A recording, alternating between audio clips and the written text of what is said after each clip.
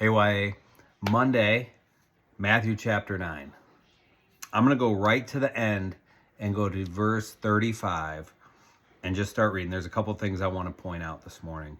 And Jesus went through all the cities and villages, teaching in their synagogues and proclaiming the gospel of the kingdom and healing every disease and every affliction. I love that because nothing is outside of his sovereignty, including sin and death, which we'll get to right at the end of all these gospels. But we go on from there. And when he saw the crowds, he had compassion for them because they were harassed and helpless like sheep without a shepherd. And then he said to his disciples, "The harvest is plenty, but the laborers are few. Therefore, pray earnestly to the Lord of the harvest to send out laborers into his harvest." So a couple things to point out here. One, the harvest is ready.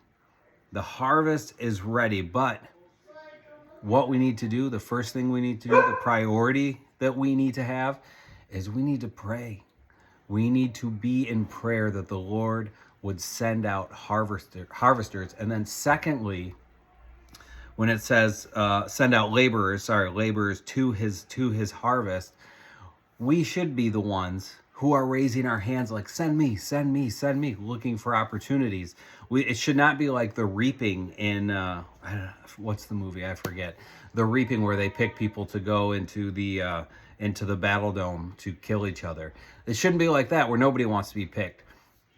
We should examine our hearts and say, do I want to be picked for this? Do I want to be one of the laborers going into the harvest? Because what we can wrestle with is this lie, this whisper in our ear all the time that if I speak up, if I talk to people about my faith, if I approach people, they're going to reject me. They're going to say no.